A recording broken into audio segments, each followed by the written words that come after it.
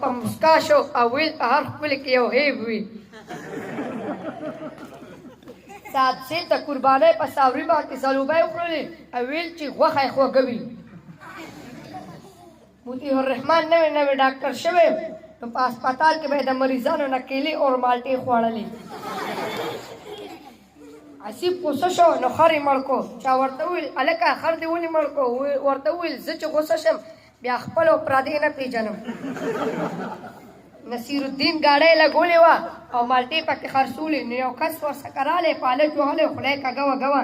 نو نصیرالدین ورته ویل ګاډۍ خواله لر شه ګنې خلک ته وي مالټې تروي دي